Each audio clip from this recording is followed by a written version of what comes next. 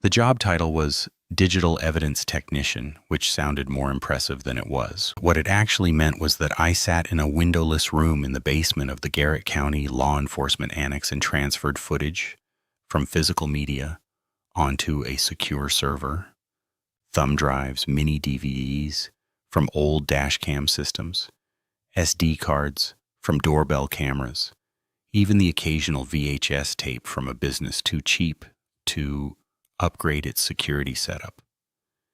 Anything that came in as part of a case file and needed to be preserved digitally, I handled it.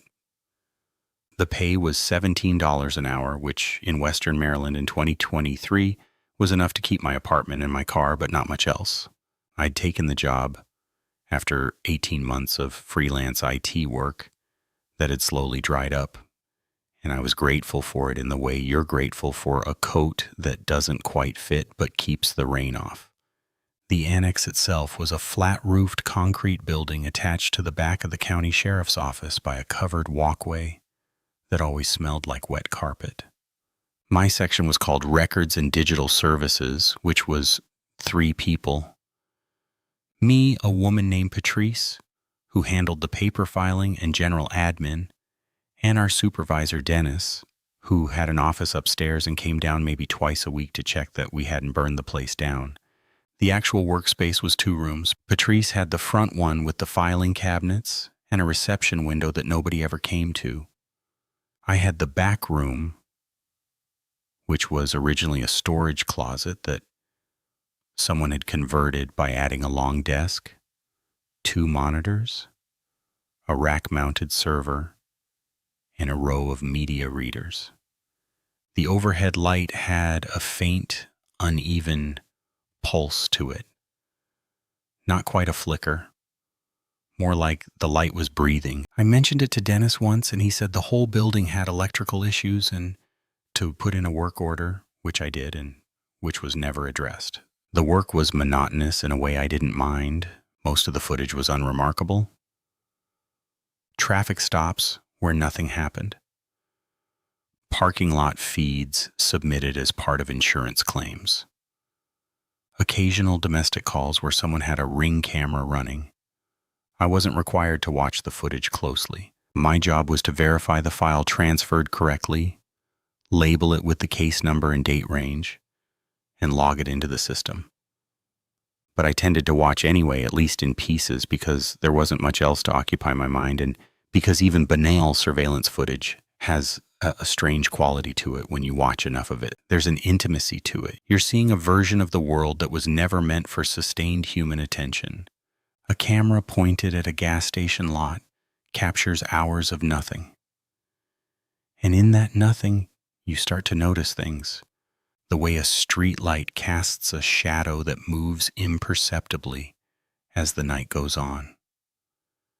The rhythm of traffic at 2 a.m. versus 3 a.m. The specific loneliness of a parking lot that hasn't had a car in it for 40 minutes. I'd been in the job about 5 months when I started noticing something. It wasn't dramatic. It wasn't a single moment of shock. It was more like a slow itch at the back of my thinking, the kind that takes weeks to even identify as a sensation. What happened was this.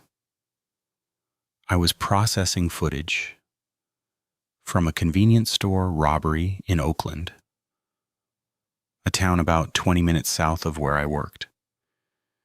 The footage was from an exterior camera mounted above the entrance pointed at the lot. The robbery itself was already on a different camera from inside the store, which had been processed by someone before me. This exterior footage was supplementary. I was scrubbing through it at 4 times speed, watching the timestamp roll, when I passed a frame that made me stop. I backed it up and played it at normal speed.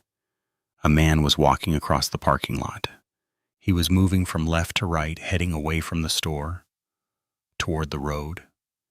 He was wearing a dark jacket, work boots, and a baseball cap pulled low. His gait was unhurried. He didn't look at the camera. He didn't look at anything really. He walked with the kind of blank, forward-facing focus of someone who wasn't going anywhere in particular. but had decided on a direction. He crossed the lot and moved out of frame. I wouldn't have stopped for this at all, except that something about him felt familiar, and I couldn't place why. I let it go. I finished the transfer, labeled the file, moved on. 3 days later, I was processing a batch of footage from a different case entirely. This was a series of traffic camera pulls related to a hit and run on Route 219 about 15 miles from Oakland in the opposite direction. The footage came from a municipal camera mounted at an intersection, and I was scrubbing through the overnight window looking for the timestamp range specified in the case file. I slowed down when I reached the relevant hour and started watching at normal speed.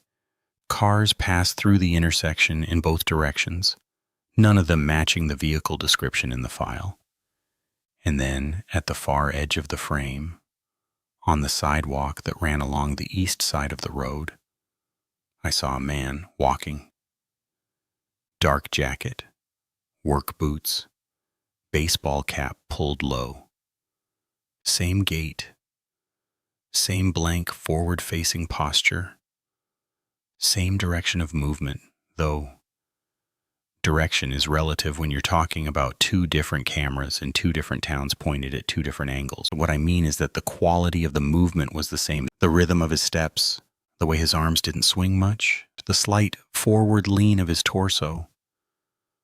I paused the footage. I sat there for a moment and felt something that wasn't quite unease, but was adjacent to it, a kind of sharpened attention.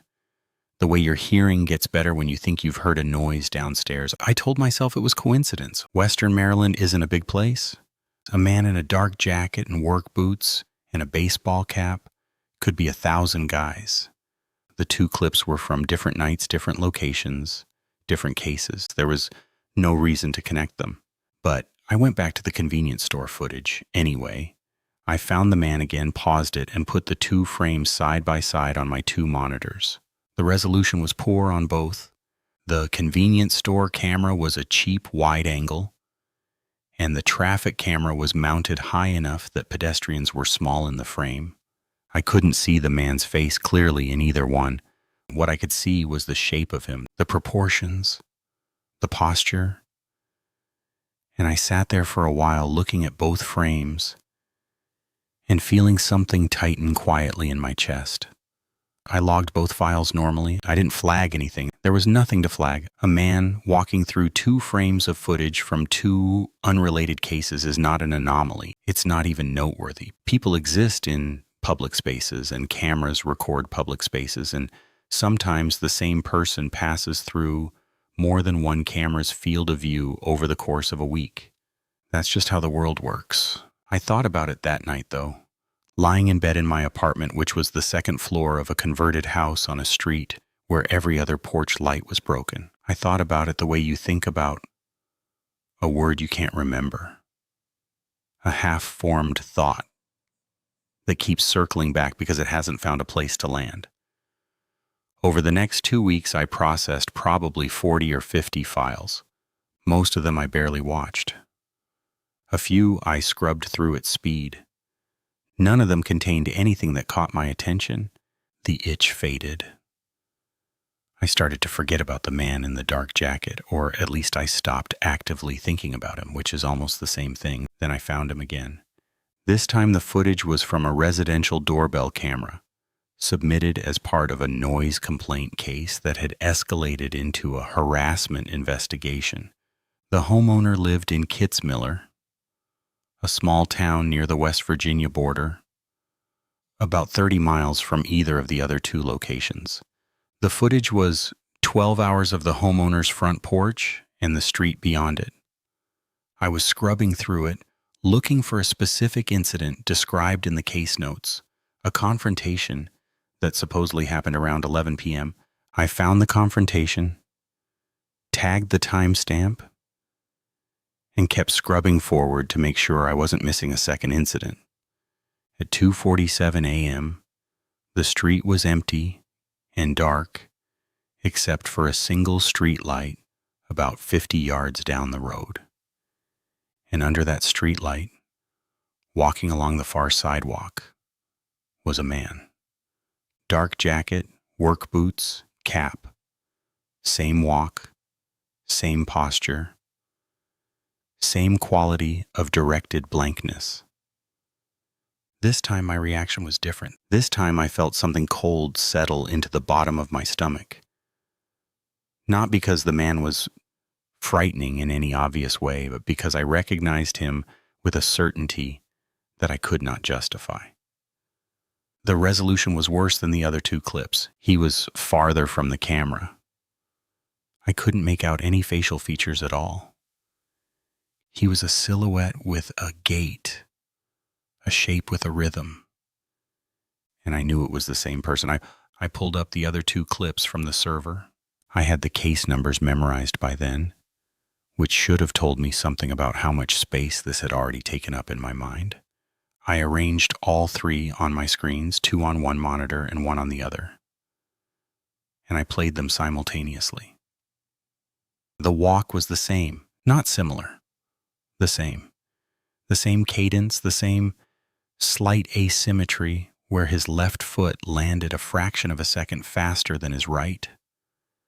The same minimal arm swing, the same forward lean. I'm not a forensic analyst. I don't have training in gait recognition, but I've spent hundreds of hours watching people move through surveillance footage. And after a while, you develop an eye for the specific way a body carries itself through space. Everyone's walk is a signature. And this man's signature was identical across 3 clips from 3 different cameras in 3 different towns on 3 different nights. I closed the files and sat in my chair and listened to the server rack hum behind me. Here is what I want to be clear about. I was not frightened at this point. I was unsettled, yes, but in an intellectual way. The way you feel when a pattern emerges from data that you weren't looking for. My first thought wasn't supernatural. My first thought was practical and honestly a little exciting. Maybe I'd stumbled onto something. Maybe this man was connected to multiple cases. Maybe he was a person of interest that nobody had linked yet because nobody was watching the background of all these different footage files the way I was. I almost said something to Patrice. I almost went upstairs to Dennis's office, but I stopped myself because what would I actually say? I saw the same man walking in the background of 3 different clips. That's not evidence of anything. That's a guy who walks around at night. So I kept it to myself and I started watching more carefully. This is the part that's difficult to talk about, not because anything terrible happened, but because what I did next was irrational.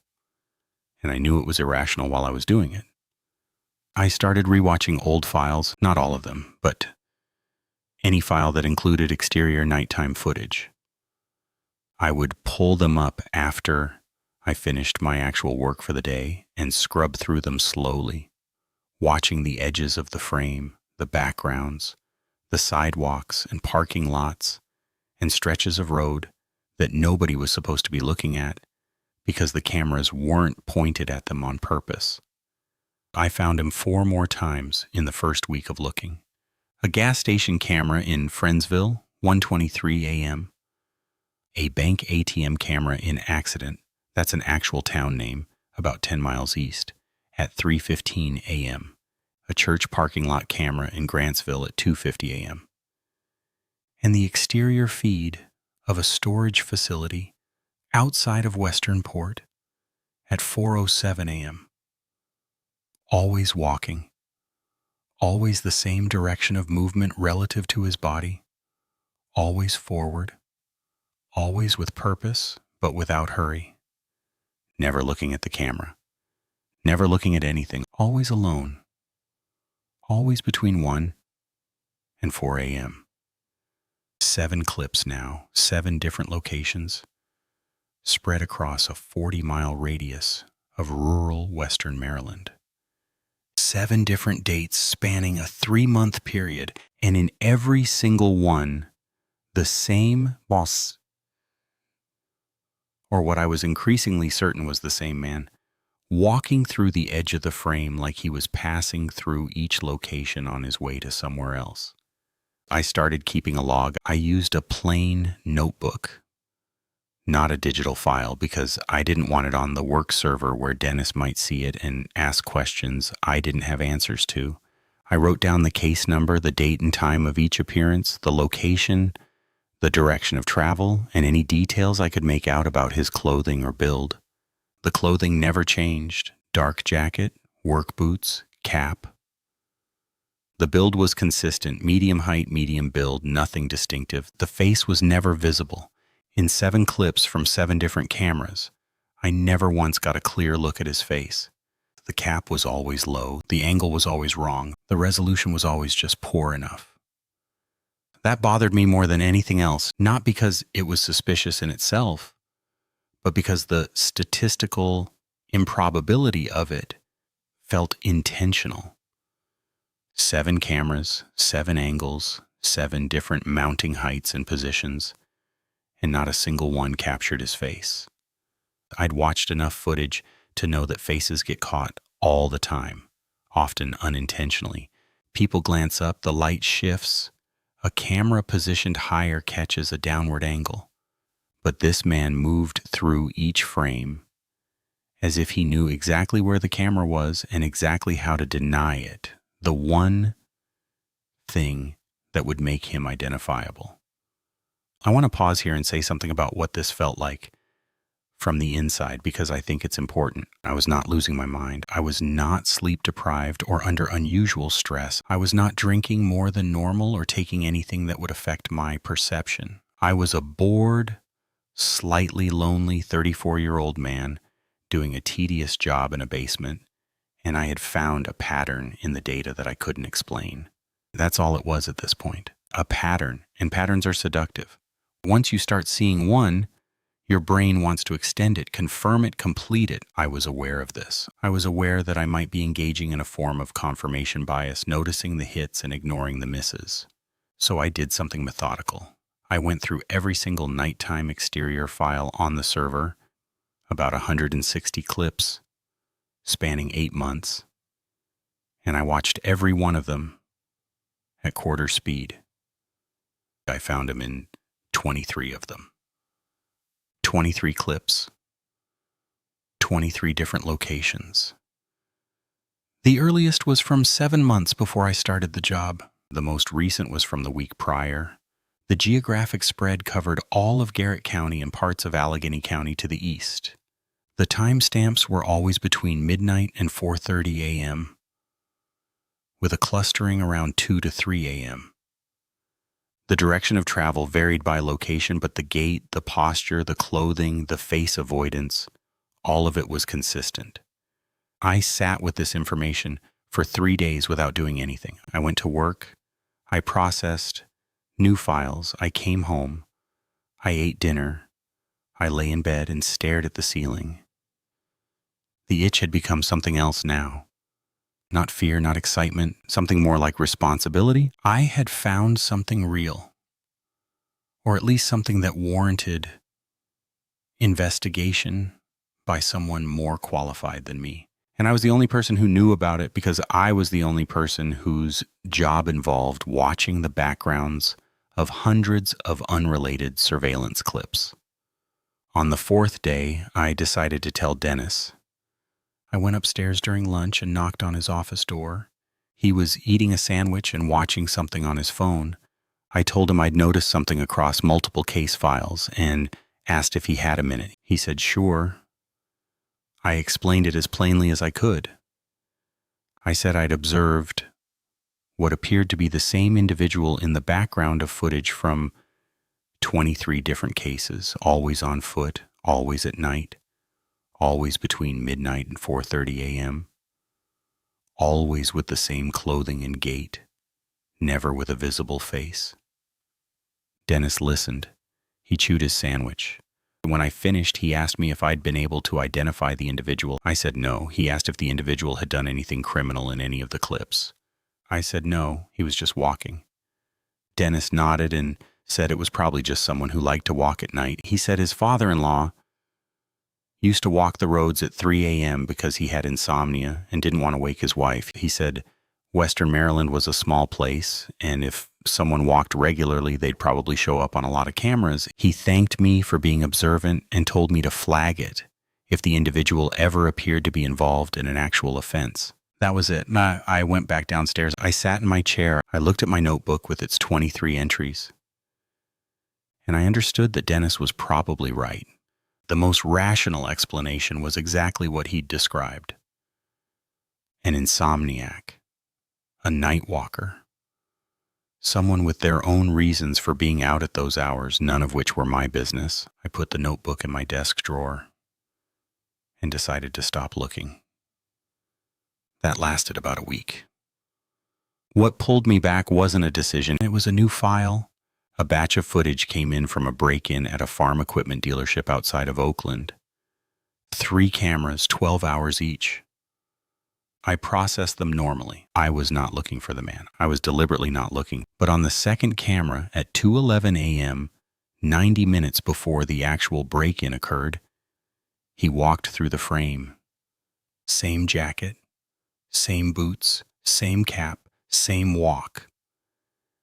And this time, for the first time in any of the clips, he stopped. He stopped at the far edge of the frame. He stood still for 11 seconds. I counted them on the timestamp. 11 seconds of absolute stillness. His body oriented, not toward the camera, but towards something off frame to the right, something I couldn't see because it was outside the camera's field of view. Then he resumed walking and moved out of frame. 11 seconds doesn't sound like much. But watch someone stand completely still in the middle of a dark road at 2 a.m. for 11 seconds. And tell me your skin doesn't pull tight. I logged the file. I opened my notebook, 24. I started looking again, but differently now. Before, I'd been scanning for his presence. Now I was scanning for variation, any change in the pattern, any deviation from the walking, the posture, the clothing, the face avoidance. And over the next month, I found 3 more clips where something was different. In one, from a municipal camera in Bloomington, he was walking his usual walk at 2:33 a.m., and he turned his head, not toward the camera, toward a house on the far side of the street. He turned his head, kept walking, and turned it back. The whole motion took maybe 2 seconds, but it was the first time I'd ever seen him look at anything. In another, from a parking lot camera behind a bar in Kaiser, which is technically in West Virginia outside the usual geographic range, he was walking at 1:47 a.m. and his pace changed. He slowed down for about 4 steps, almost imperceptibly, and then resumed his normal speed. If I hadn't been watching at quarter speed, I would have missed it entirely. The third one was different from anything else I'd found. It came from a residential security camera in Luke, a tiny town on the Potomac River. The footage was part of a vehicle theft case. The camera was mounted on the homeowner's garage, pointing at the driveway and the street beyond. At 3:22 a.m., the street was empty. Then the man appeared at the far left of the frame, walking right to left this time, same jacket, same boots, same cap, same gait. He walked about halfway across the frame, and then he stopped again. Like the farm equipment clip, he just stopped. But this time, he didn't stand for 11 seconds and move on. He turned and faced the camera. I need to describe what I saw carefully, because it is the closest I ever got to seeing his face, and it is the detail that I have never been able to stop thinking about. The camera was a relatively modern unit, better resolution than most of what I processed. It was nighttime, and the image was in infrared, that greenish-gray palette that makes everything look slightly alien. He was standing about 40 feet from the camera. His cap was still on, but because he was facing the lens directly, the brim didn't obscure his face the way it did in profile. I could see the lower half of his face clearly. The upper half, from about the bridge of the nose upward, was in shadow from the cap's brim, even in the infrared. What I could see was a jaw, a mouth, and the lower part of a nose. The mouth was closed. The expression was neutral. There was nothing wrong with the face, nothing monstrous or distorted. It was an ordinary lower face, the kind that could belong to anyone. But here is what made me push back from my desk hard enough that my chair hit the wall behind me. He was facing the camera, and the camera was on a private residence, mounted on a garage, with no signage or indicator visible from the street that would tell a passerby it was there. It was a small unit, dark-colored, tucked under the eave of the garage roof. You would not notice it unless you already knew where it was. And he was looking directly into the lens, not approximately, not in the general direction. He was looking into the lens the way you look into a camera when someone asks you to pose for a photo. Centered, focused, exact. He stood there for 7 seconds. Then he turned and continued walking out of the right side of the frame. I closed the file. I sat in my room with the server humming and the overhead light pulsing its slow, breathing pulse, and I felt something shift inside my understanding of what I'd been looking at for the past 2 months. Up until that moment, I had been operating under the assumption that this man, whoever he was simply someone who walked at night and whose presence in the footage was incidental. A bystander. Background noise. Even the 23, now 27 appearances could be explained by habit, insomnia, a large enough walking range. Dennis's explanation was rational. It was sufficient. But the man in Luke had looked into a hidden camera. He had looked into it with precision, with knowledge of exactly where it was. And in that moment, the entire framework I'd built to explain what I was seeing became insufficient, because the simplest explanation for how he knew where the camera was is that he knew all the cameras. He knew where every single one of them was. And if he knew where they were, then his consistent face avoidance wasn't incidental. It was deliberate. And if it was deliberate, then the one time he chose to face the camera wasn't an accident. It was a decision. I didn't go to Dennis again. I knew what he would say. I knew the conversation would end the same way, with a reasonable explanation and a suggestion to flag it if something criminal occurred. And nothing criminal had occurred. The man had never done anything illegal in any clip. He walked. He occasionally stopped. Once, he looked at a camera. None of that is a crime.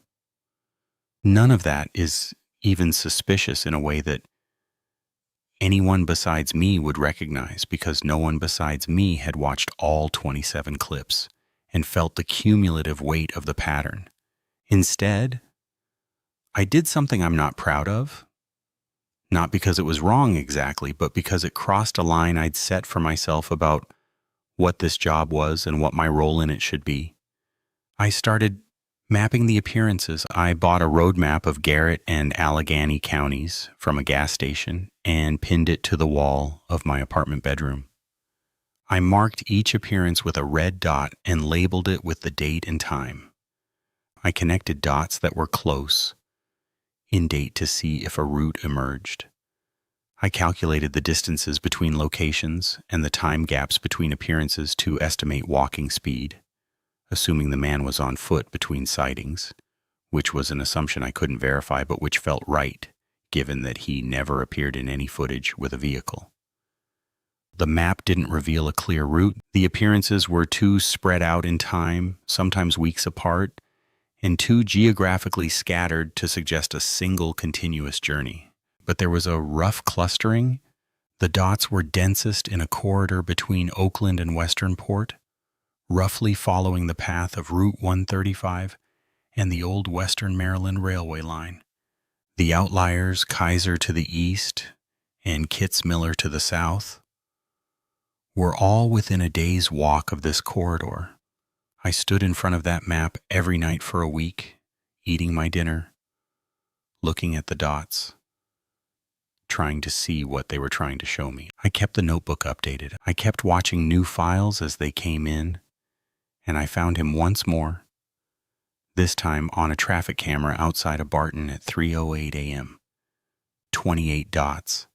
And then I found the old files. This is the part of the story where I need to explain something about the filing system at the annex.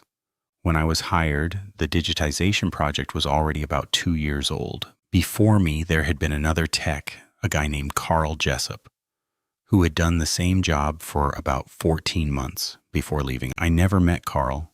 Patrice mentioned him once in passing, said he was quiet and did good work and left without much notice. His files were all on the server, properly labeled, properly logged. The system he set up was the system I inherited. I had no complaints about Carl Jessup's work.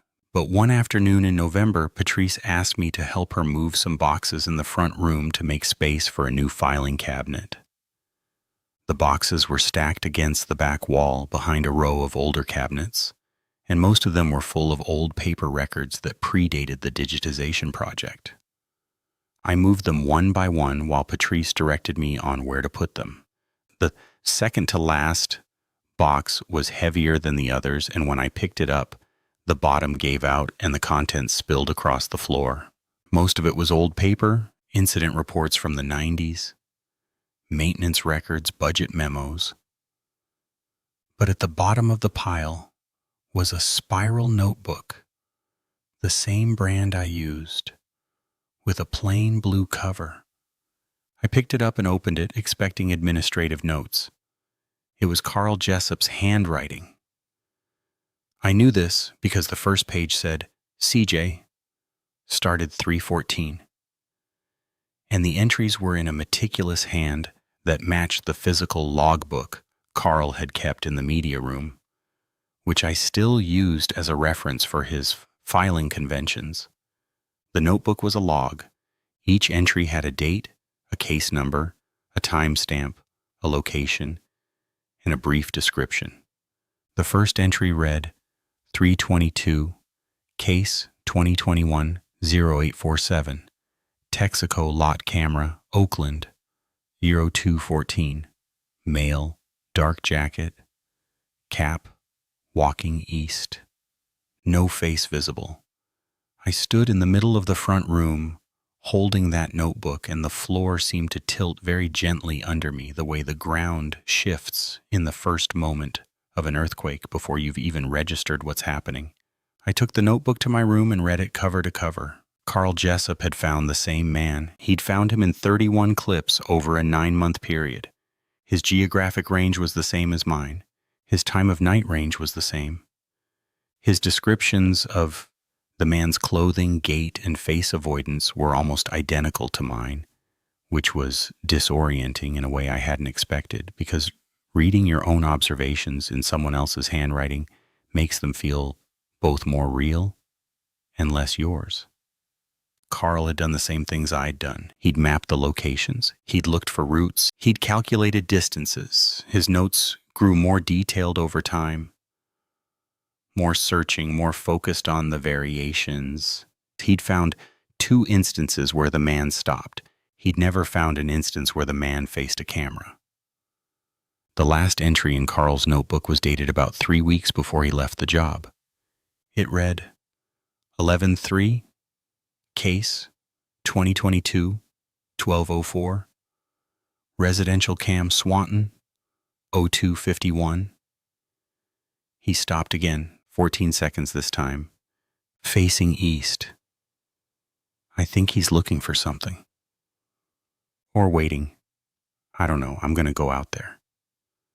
There were no more entries after that. I sat with the notebook in my lap for a long time. The server hummed. The light pulsed. I could hear Patrice's radio playing softly through the wall. Some country station she always had on. I'm going to go out there. Carl Jessup had left the job about 3 weeks after that entry. Patrice said he'd left without much notice. She didn't say he'd left under strange circumstances. She didn't say anything had happened to him. He just left. But he'd left the notebook behind. Whether that was intentional or not, I couldn't know. It was buried at the bottom of a box under 20 years of old paper. Maybe he'd hidden it there. Maybe he'd simply forgotten it. Both explanations felt incomplete. I want to be honest about what I felt in that moment because I think it's the hinge of this whole experience. I did not feel afraid. I did not feel the dramatic, cinematic fear that you might expect. What I felt was a deep, slow-moving dread that was more like sadness than terror. Because Carl Jessup had sat in my chair and done my job and found the same impossible pattern in the same footage and arrived at the same place I was arriving at, and then he'd done something about it. He'd decided to go out there, into the corridor, into the 2 a.m. dark of Western Maryland, to look for a man who walked the roads and knew where every camera was and never showed his face. And now Carl was gone, and the notebook was at the bottom of a box, and I was the one sitting in the chair. I did not go to Dennis. I did not tell Patrice. I took both notebooks home, mine and Carl's, and I pinned Carl's locations onto my map with blue dots alongside my red ones. The overlap was significant. Oakland, Westernport, Barton, Bloomington, Kitzmiller. Carl's dots filled in the same corridor mine did with the same clustering, the same general shape. Together, the two data sets painted a picture of a man who had been walking the same region of rural Maryland at night for at least 2.5 years, appearing in the background of surveillance footage tied to dozens of unrelated cases, never committing a crime, never interacting with anyone, never showing his face. 59 sightings, 2 independent observers, 1 corridor. For a week after finding Carl's notebook, I did nothing different. I went to work, processed files, came home, looked at the map. I was waiting, I think, though I didn't know for what. Maybe I was waiting for the pattern to resolve itself, to reveal its own explanation the way a magic eye poster snaps into focus if you relax your vision enough. Maybe I was waiting for the nerve to do what Carl did. On a Tuesday night in late November, I drove out to the corridor. I didn't plan it. I came home from work, ate dinner, looked at the map, and then picked up my car keys and walked out the door. It was 11:30 p.m. The drive from my apartment to Oakland took about 20 minutes. I parked in the lot of the Texaco station where Carl had made his first sighting, and I sat in my car with the engine off and the heat slowly leaking away. The night was cold and clear. The Texaco was closed, the lot empty, the pumps dark. Route 135 stretched away in both directions. A 2-lane road through hills and forest with no streetlights between towns. The only illumination was the Texaco's sign, which was left on overnight, a pale blue-white glow that made the asphalt look like the surface of a frozen lake. I sat there for an hour. No one walked past. No cars came. I could hear the wind moving through the trees on the hillside behind the station, a sound like distant, continuous applause. My breath fogged the windshield in a widening circle. At 12:45, I started the car and drove slowly west on 135 toward Westernport. I drove at about 20 miles an hour with my headlights on low, scanning both sides of the road. The road passed through Bloomington, a scatter of houses and a church, through Barton, which was even smaller, through the narrow cut where the road follows the north branch of the Potomac, and the hillsides press close on both sides. I saw no one. The road was empty. The houses were dark. The only movement was a deer standing at the tree line near Barton that watched my car pass with the flat, reflective patience of an animal that has never been afraid of anything on 2 legs. I turned around in Westernport and drove back. I got home at 2:30 a.m. I went to bed and lay there in the dark and listened to the house settle around me and felt foolish and relieved in equal measure. I drove the corridor 3 more times over the next 2 weeks. Thursday nights, which were my Friday, so I didn't have to worry about being tired for work. Each time I drove the same route, Oakland to Westernport and back, between midnight and 3 a.m., going slow, watching the roadsides. Each time I saw nothing. The corridor at night was exactly what you'd expect a rural Maryland road to be at 2 a.m. in winter. Dark, cold, empty, and profoundly uninteresting. I was starting to feel like I'd spent 2 months constructing an elaborate pattern out of coincidence and boredom when I got the last file. It came in on a Monday morning. Patrice brought it back to me in a manila envelope with the case number written on the outside. It was a single SD card from a trail camera, the kind hunters use to monitor deer activity, submitted as evidence in a trespassing complaint. The landowner's property was outside of Swanton, in the hills above the corridor, backing onto state forest land. The trail camera was mounted on a tree at the edge of his property line, pointed at a gap in the fence where he believed trespassers were accessing his land. I loaded the SD card and began scrubbing through the footage. Trail cameras take still images triggered by motion sensors, not continuous video, so what I was looking at was a series of time-stamped photographs. Most of them were deer, a few were raccoons. One was a coyote that stood in the center of the frame and looked directly into the camera with an expression of total disinterest. At 2:38 a.m. on a night 3 weeks prior, the motion sensor had triggered, and the camera had taken a photograph of the gap in the fence.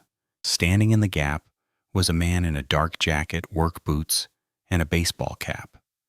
He was facing the camera, and this time, because trail cameras are designed for close-range wildlife photography, because they use infrared flash that illuminates nearby subjects with far more clarity than a distant security camera.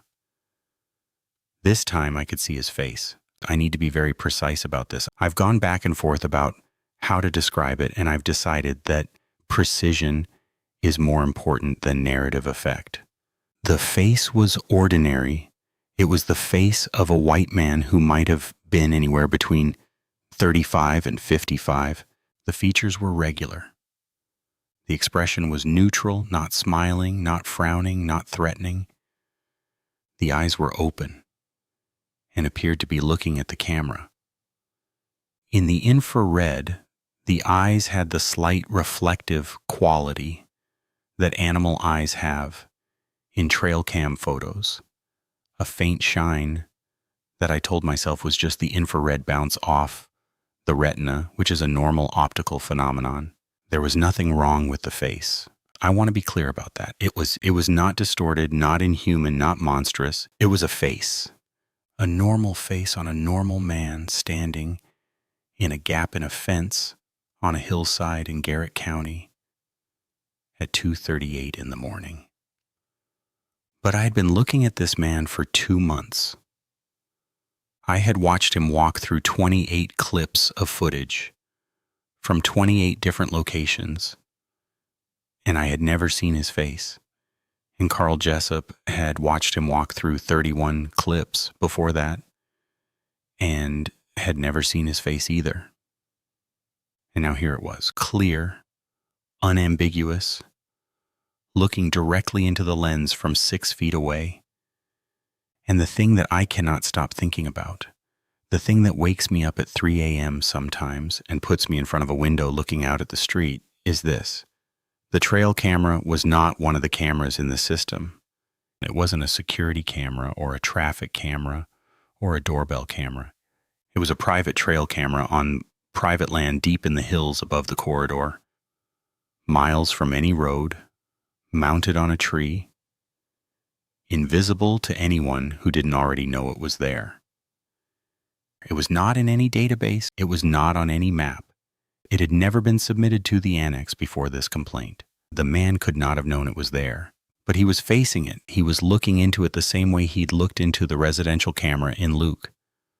centered, exact, deliberate, which means one of two things. Either he can find cameras that no system is registered and no map is recorded, which is impossible, or he wasn't looking at the camera. He was looking at what was on the other side of it. He was looking at whoever would eventually sit in a dim room and pull up this image on a screen. He was looking at me. I processed the file. I labeled it. I logged it into the system. I left Carl's notebook in my desk drawer. I drove home. I took the map down from my bedroom wall, folded it up, and put it in the back of my closet. I threw my own notebook in the kitchen trash and covered it with coffee grounds so I wouldn't be tempted to fish it back out. I kept working at the annex for another 4 months. I processed files. I did not watch the backgrounds. I did not look for the man. When nighttime exterior footage came in, I transferred it and labeled it and closed it without scrubbing through it. I did my job, and I went home, and I slept with the blinds closed, and I did not drive the corridor again. In March, I got a better job offer doing IT support for a hospital system in Cumberland, about an hour east. Better pay, benefits, normal hours. I gave Dennis 2 weeks' notice. On my last day, Patrice gave me a card she'd signed, and Dennis came down to shake my hand and tell me I'd done good work. I cleaned out my desk. I left Carl's notebook in the drawer. I thought about taking it, about destroying it, about giving it to someone. But in the end, I left it where I'd found his, buried under other things, in a place where the next person might find it or might not. I don't know who replaced me. I don't know if they found either notebook. I don't know if they started watching the backgrounds of the footage and noticed the pattern, or if they did the sensible thing and just processed the files and went home. What I know is this: I live in Cumberland now. I work at the hospital. I have a routine that I like and a life that is unremarkable in the ways I need it to be. I don't process surveillance footage anymore. I don't watch security camera clips on YouTube the way I used to when I was bored. I don't own a doorbell camera. I don't have a security system. I took down the one camera my landlord had pointed at the parking lot by telling him it was a liability issue and he was too indifferent to argue. I don't want cameras near me. I don't want to be on the other end of a lens. Because sometimes late at night when I can't sleep and the apartment is quiet and the only light is the blue glow of the power strip under my desk, I think about the man walking through the corridor. I think about him walking right now tonight between Oakland and Westernport, along the road that follows the river through the dark between the towns where nobody is watching. I think about him stopping, standing still for 11 seconds, for 14 seconds, for longer. I think about him turning to face a camera he shouldn't know is there. And I think about his face, that ordinary, unremarkable face, looking through the lens, through the file, through the server, through the screen, and finding on the other side the person who was looking back. There's one more thing. I wasn't going to mention it, but it doesn't feel right to leave it out. About 2 months after I moved to Cumberland, I was at a grocery store on a Saturday afternoon.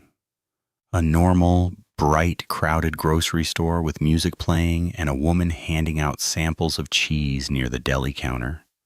I was in the cereal aisle, not thinking about anything in particular, when a man came around the corner at the far end of the aisle.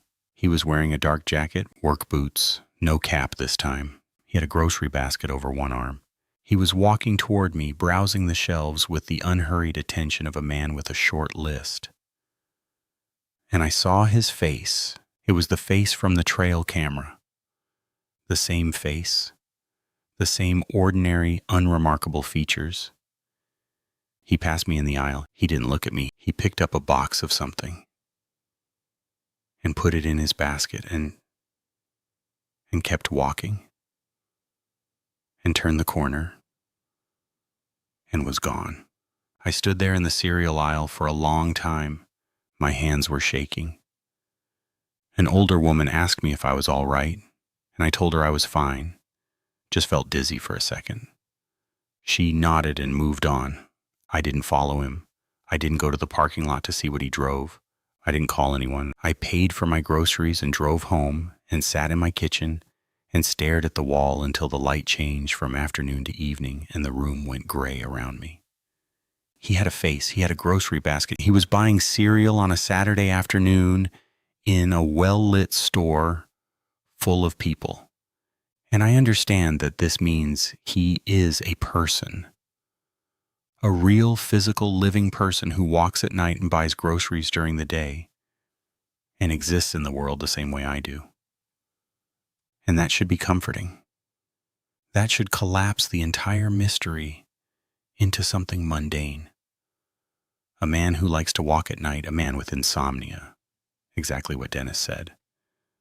But it isn't comforting. Because if he's a real person, then a real person knew where every camera was. A real person walked the same corridor for years without ever being seen by anyone, except through lenses. A real person looked in to a hidden trail camera on a hillside in the middle of nowhere and stared into it with the calm, centered focus of someone who understood that the image would travel through a chain of custody and eventually land on a screen in a dim room where a person just like me would be watching.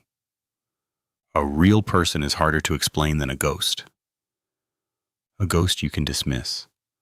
A real person requires you to accept that someone is out there doing something you don't understand for reasons you can't access, and that the world you move through is stranger than you have the framework to accommodate.